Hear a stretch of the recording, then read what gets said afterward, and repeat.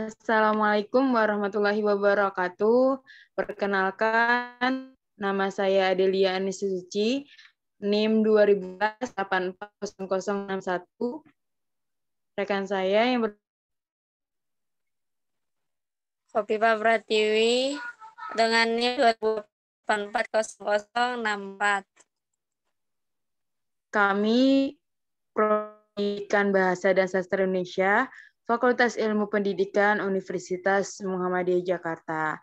Kami di sini memaparkan modul pembelajaran mengenai BEPA B2 dengan dosen pengampu Ibu HMPD. Selanjutnya,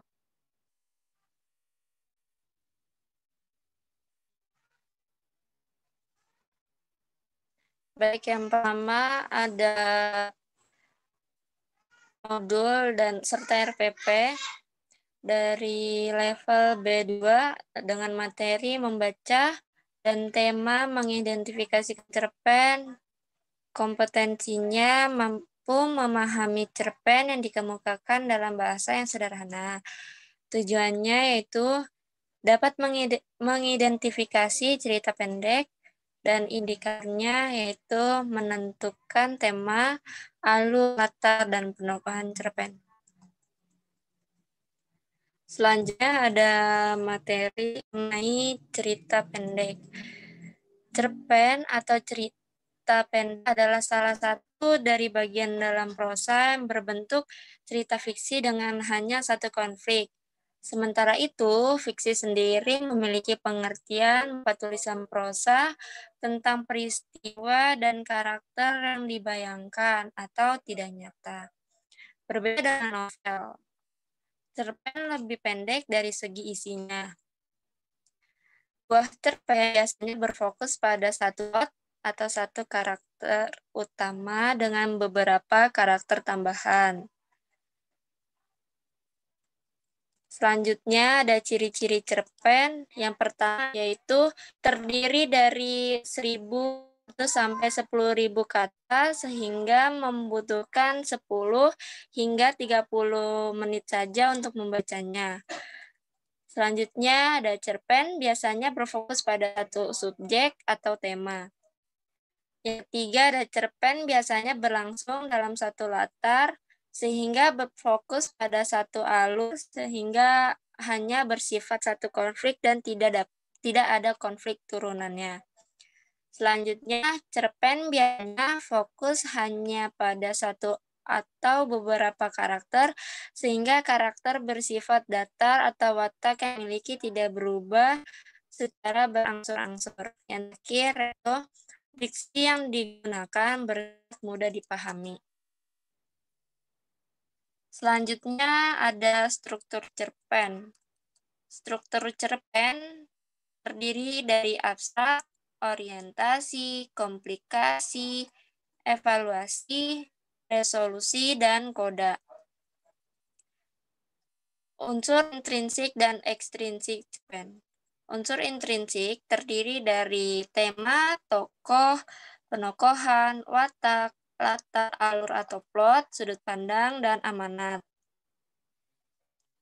Selanjutnya ada unsur intrinsik cerpen yang terdiri dari latar belakang masyarakat, kepengarangannya. Selanjutnya ada contoh dari cerpen.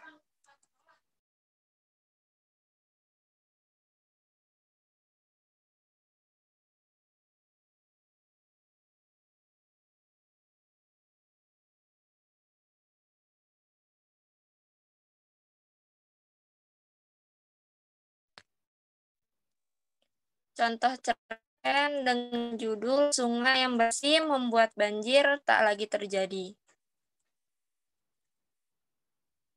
Tommy, Yuda, dan Johan adalah 3 orang siswa SD Negeri Pamulang, 4 yang telah berteman sejak mereka TK. Ketiga siswa tersebut sangat gemar membersihkan lingkungan sekolah. Tidak heran bila bapak atau ibu guru menjadikan mereka sebagai tauladan bagi siswa yang lain. Suatu hari di bulan September, mereka sedang bermain-main di sungai selepas pulang sekolah. Mereka menggemar mencari ikan untuk kemudian digoreng dan dijadikan lauk makan siang. Ukuran sungai yang tidak begitu besar membuat mereka mudah berjalan dari ujung ke ujung sungai. Mereka menjumpai banyak sekali sampah di pinggir sungai, mulai dari plastik, botol-botol, dan lain-lainnya. Setelah kelelahan dari beristirahat di pinggir sungai, Tommy pun berkata kepada Yuda dan Johan tentang sampah yang banyak mereka jumpai di pinggir sungai. Mereka pun sepakat bahwa Johan bahwa sampah yang menumpuk di sungai bisa mengakibatkan banjir saat musim hujan nanti.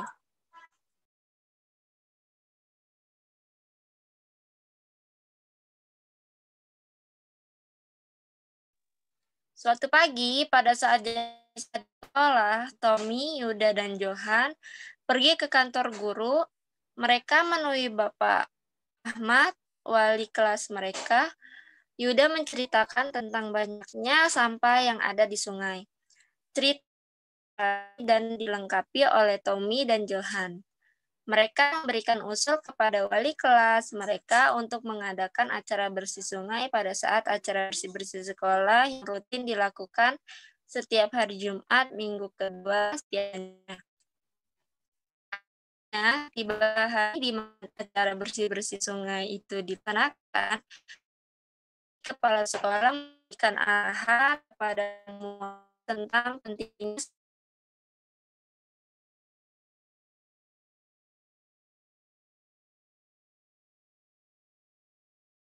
dengan sungguh-sungguh.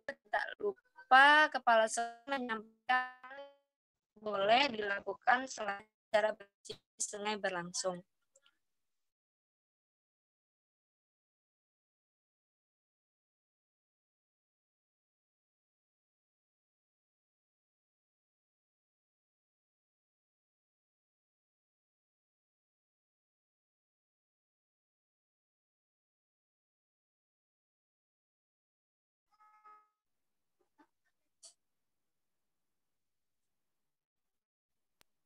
Opi, Ya maaf ya, koneksinya enggak stabil. Ya lanjut ya. Selesai acara pengarahan dengan bondong-bondong dan didampingi oleh wali kelas, para siswa menuju ke sungai yang lokasinya tidak jauh dari sekolah. Sesampai tepi sungai, wali kelas membagi siswa dalam beberapa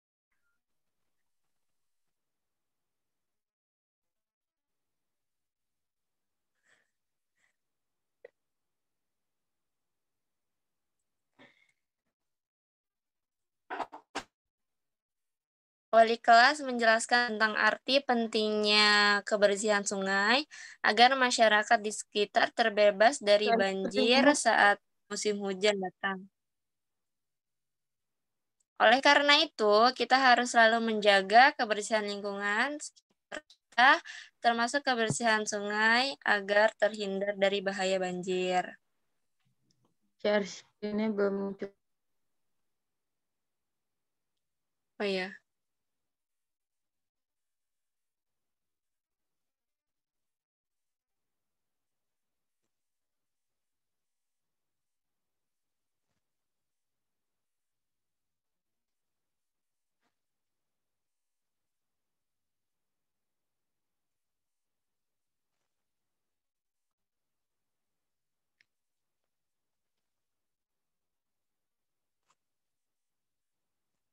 Ya, sudah boleh dilanjut.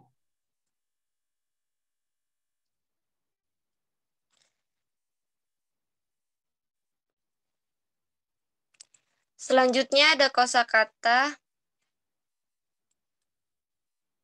Yang pertama, ada banjir, yang artinya peristiwa bencana alam yang terjadi ketika aliran air yang berlebihan merendam daratan. Selanjutnya ada gemar, yang artinya itu kesukaan, dan teladan, yang artinya sesuatu yang patut ditiru atau baik untuk dicontoh. sepakat yang artinya setuju, wali kelas yang artinya guru yang diberi tugas membina siswa dalam satu kelas, usul yang artinya pendapat, dan yang terakhir adalah pengarahan yang artinya pemberian petunjuk atau pedoman untuk pelaksanaan suatu kegiatan.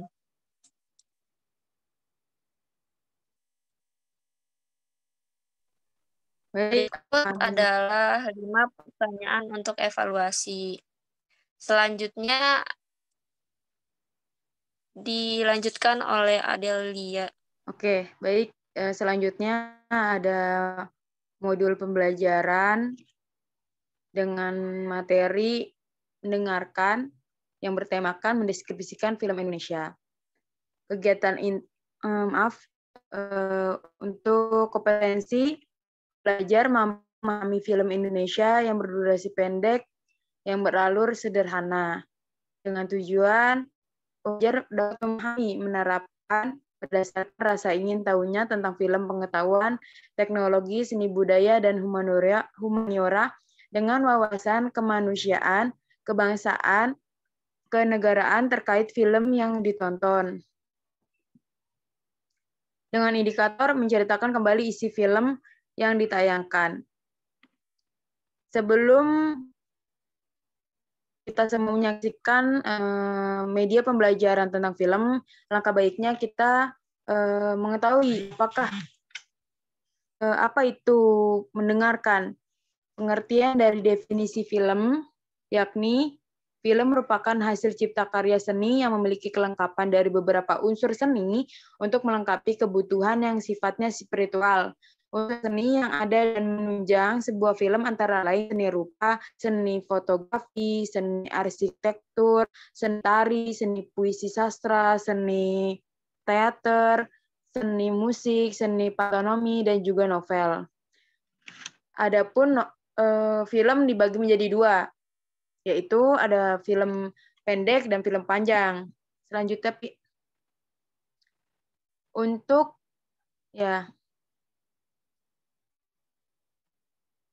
di fungsi film.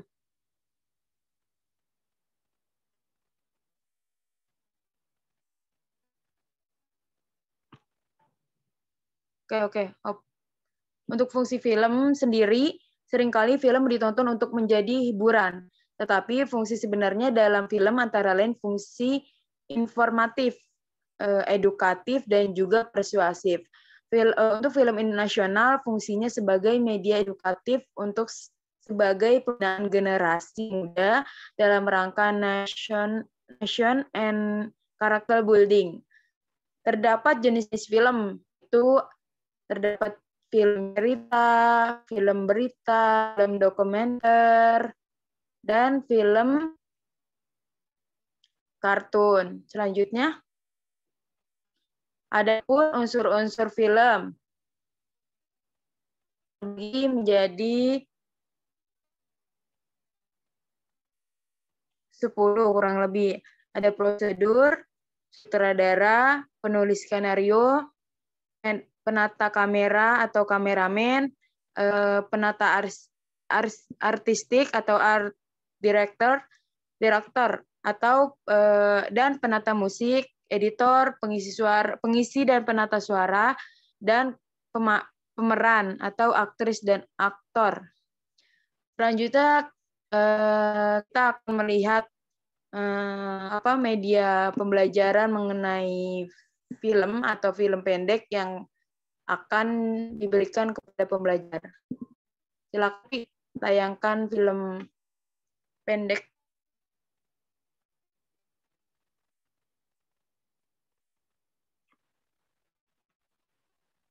Saya mengambil film ini berubah. Nah, ini film dari Kemendikbud 3 tahun yang lalu mungkin ya, dari tahun 2017.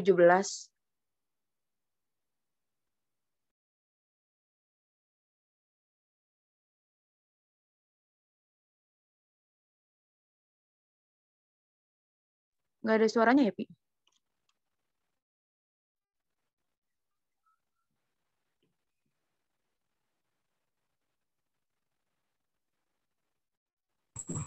Di sini ada kode.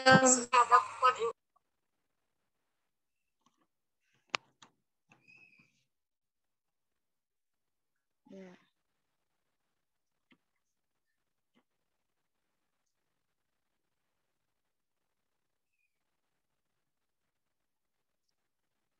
Teman-teman pembelajar dapat melihat sendiri untuk yang diklasifikasikan untuk media mendengarkan.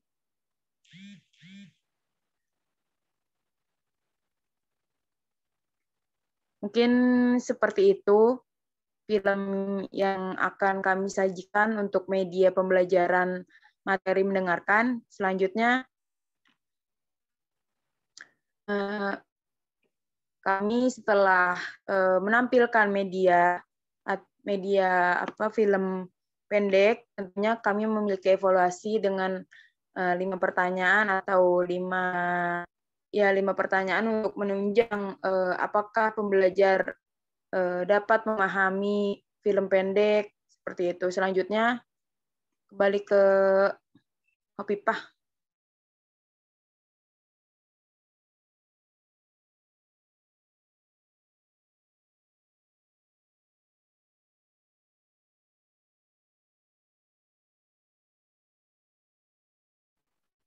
Di unmute, Epi.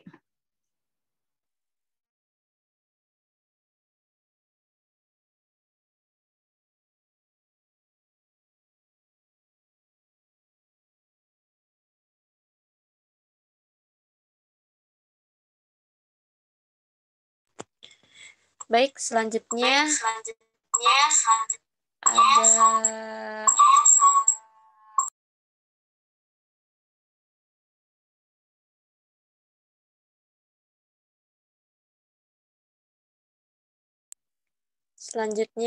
ada materi berbicara dengan tema mengutarakan pendapat.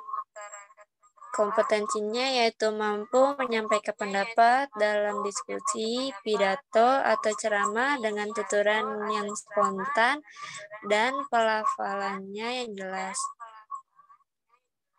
Indikatornya ialah menyampaikan pendapat secara lisan, dalam diskusi atau pidato, ceramah dengan tuturan yang spontan, intonasi yang tepat, dan pelafalan yang jelas.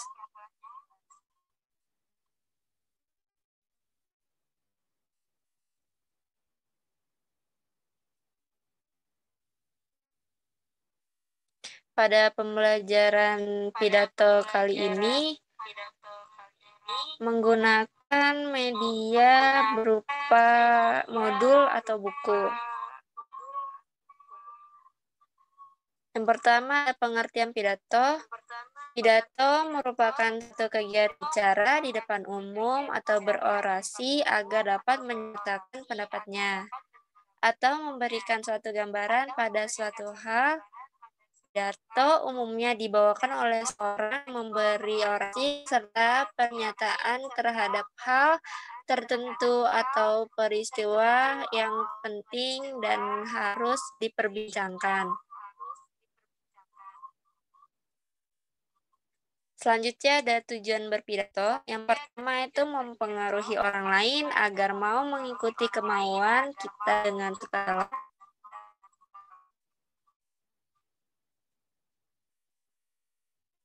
Lalu memberikan suatu pemahaman atau informasi pada orang lain. Dan yang terakhir ada membuat orang lain senang dengan pidato yang menghibur sehingga orang lain senang puas dengan ucapan yang kita sampaikan. Lanjut ada fungsi berpidato. Yang pertama ada memudahkan komunikasi dengan bawahan atau atasan. Yang kedua ada memudahkan komunikasi dengan sesama anggota organisasi. Yang ketiga ada membuat suatu kondisi yang kondusif di mana hanya perlu satu orang saja memerlukan pidato atau orasi tersebut. Selanjutnya ada jenis-jenis pidato yang dibagi menjadi 4 macam, yaitu pidato impromptu, Selanjutnya ada pidato manuskrip, lalu ada pidato memoriter, dan extemporer. Jenis-jenis pidato tersebut mempunyai kelebihan dan kekurangannya masing-masing.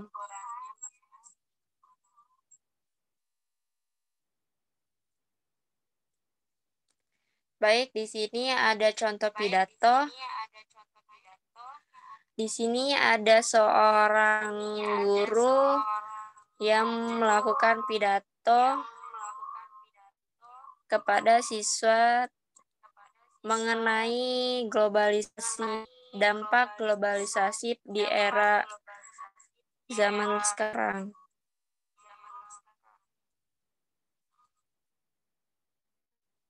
Lalu di modul sudah terdapat kosakata dan evaluasi.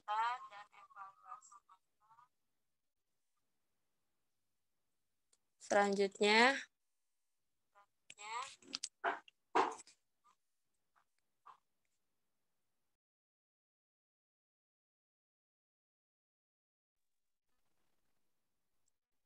RPP selanjutnya dibacakan Adel. Baik, Eriknya ada materi menulis dengan bertemakan menulis karangan dengan topik yang diminati pembelajar. Dengan tujuan pembelajar mampu menarasikan tentang berbagai karangan dengan topik yang diminatinya.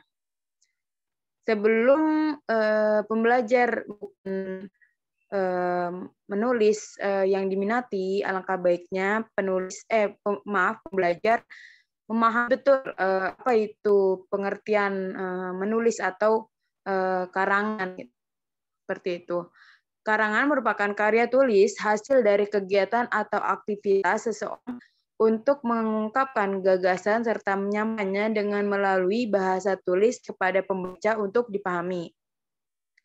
Untuk pengertian karangan ini, sebuah karya tulis yang mengungkapkan pikiran atau juga gagasan pengarang dalam satu kesatuan yang utuh.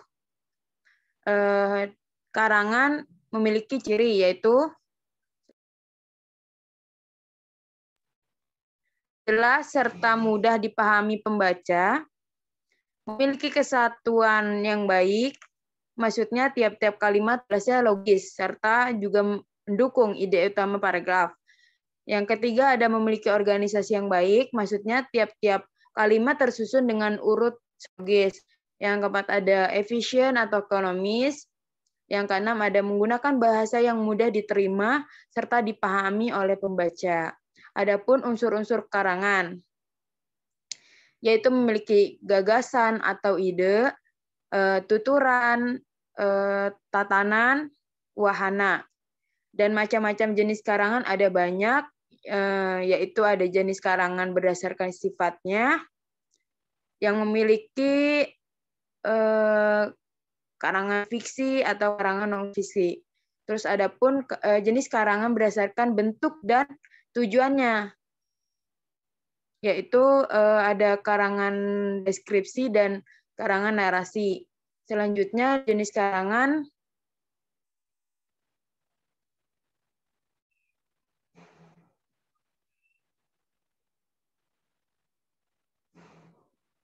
teman-teman pembelajar dapat melihat ada banyak jenis-jenis karangan, ada karangan eksposisi, karangan argumentasi, dan yang lainnya. Selanjutnya ada karangan persuasi. Gitu. Pembelajar untuk melakukan membuat karangan, ada pun langkah-langkahnya. Yang pertama, tentukan tema karangan yang akan ditulis. Yang kedua, kumpulkan ide atau bahan-bahan untuk membuat karangan. Yang ketiga, susun kerangka karangan agar tepat. Yang keempat ada kembangkan kerangka karangan yang dibuat menjadi karangan sebenarnya. Yang kelima ada terakhir diberikan judul pada karangan yang dibuat, seperti itu. Jadi pembelajar nantinya sebelum membuat karangan harus mengetahui langkah-langkah apa yang harus dilakukan oleh pembelajar, seperti itu. Di sini kita dapat melihat contoh dari karangan narasi dengan topik lingkungan. Kita dapat membacanya sendiri bahwa karangan itu memiliki banyak jenis-jenisnya. Nah, kami cantumkan kosakata yang memang nantinya pembelajar kurang mengerti ataupun bisa kami sampaikan seperti itu. Dan setelah membuat karangan, nanti pembelajar akan kami berikan evaluasi untuk menunjang apakah pembelajar ini sudah tercapai tujuan yang akan kami tuju, seperti itu.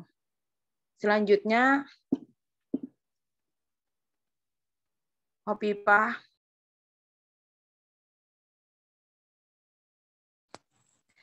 Ya, selanjutnya materi mengenai kepribadian peserta. Tema mengaktualisasikan karakter dan kepribadian peserta.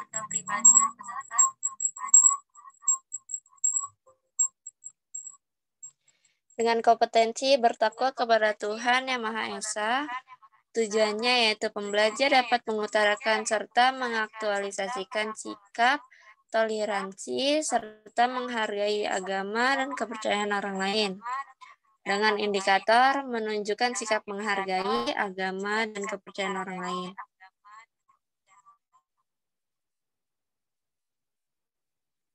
Yang pertama ada pengertian sikap toleransi. Menurut Johan Effendi, memberikan makna yang sangat luas. Menurutnya, toleransi adalah sikap atau perilaku seseorang yang menghargai berbagai macam perbedaan. Perbedaan yang dimaksud bisa berupa perbedaan perilaku, agama, maupun budaya. Dengan demikian, jika seorang menghargai perbedaan orang lain yang berbeda, psikis sudah bisa disebut dengan wujud dari toleransi.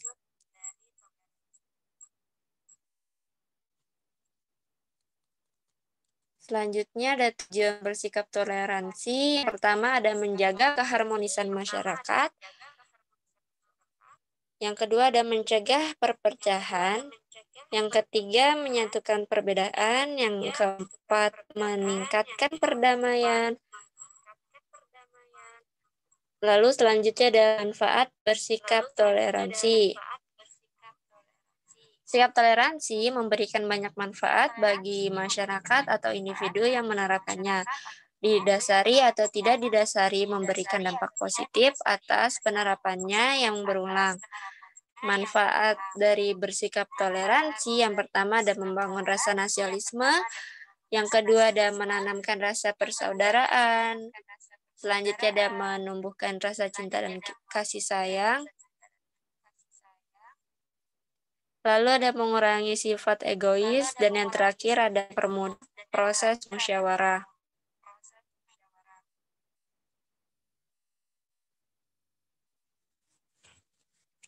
Orang-orang yang sudah menerapkan sikap toleransi dalam kehidupannya memiliki beberapa ciri-ciri, diantaranya yaitu menghormati orang lain, memberikan kebebasan bagi orang lain, menghargai pendapat orang lain, dan yang terakhir ada tidak memandang perbedaan fisik dan psikis dalam bersosialisasi.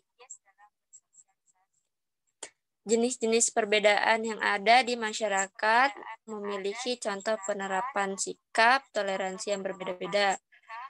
Yang pertama ada toleransi beragama, lalu toleransi budaya, toleransi berpolitik, pergaulan, sekolah, lingkungan keluarga, dan bermedia sosial. Selanjutnya ada media. Contoh dari menjaga kerukunan antar umat beragama.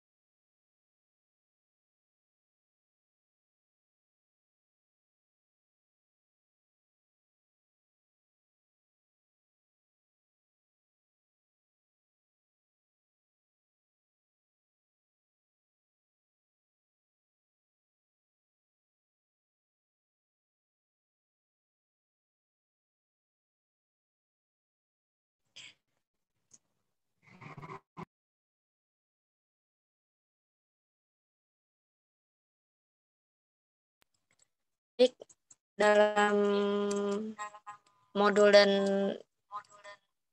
sudah terdapat kosakata dan evaluasinya. Selanjutnya dibacakan oleh Adel.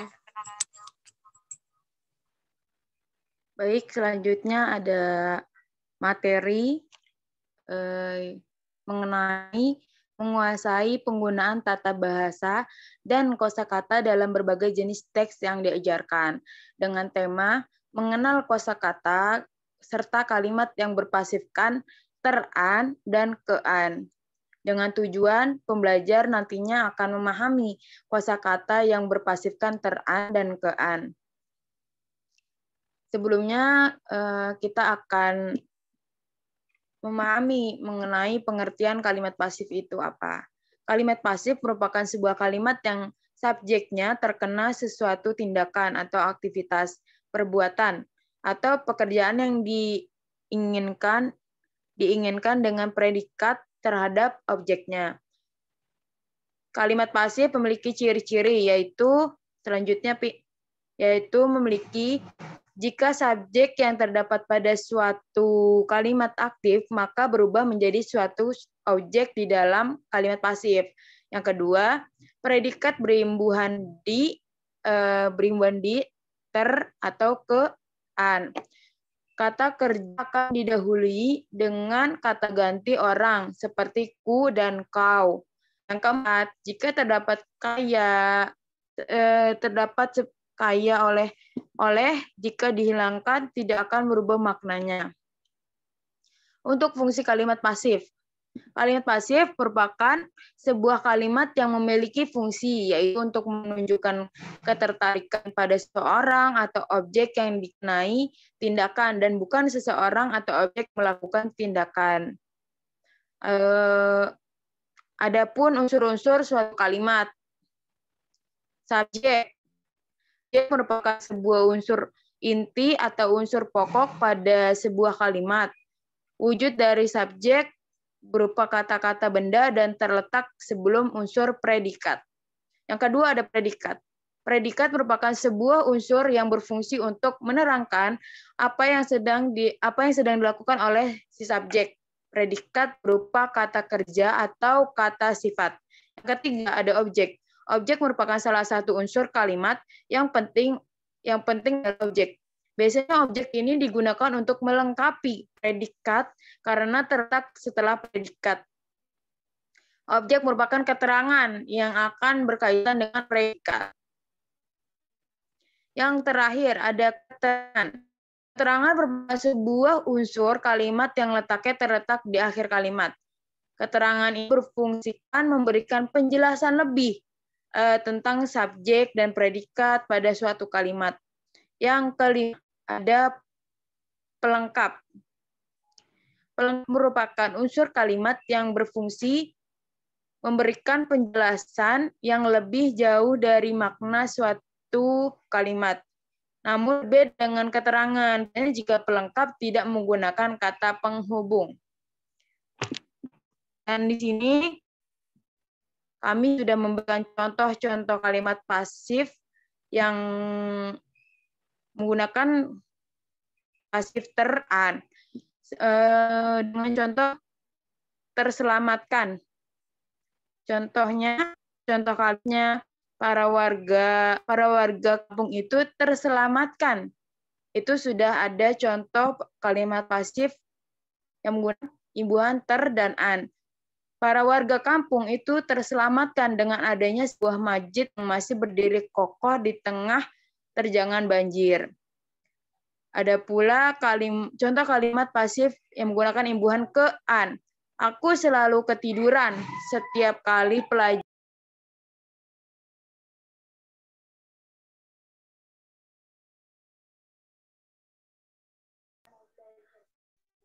Aku selalu ketiduran setiap kali pelajaran ekonomi karena gurunya sangat membosankan. Selanjutnya. Dan di sini kami sudah memberikan contoh-contoh awalan yang menggunakan me, kan, atau mei, atau kalimat aktif yang lainnya. seperti membuatkan itu berimbuhan mekan atau mewarnai dengan imbuhan me dan i dengan kalimat-kalimat yang sudah kami paparkan. Jadi pembelajar nantinya akan mencari kosakata berimbuhan dengan ke-an ataupun yang lainnya. Dengan itu pembelajar dapat menyusun kosakata ataupun kalimat-kalimat aktif dan pasif lainnya.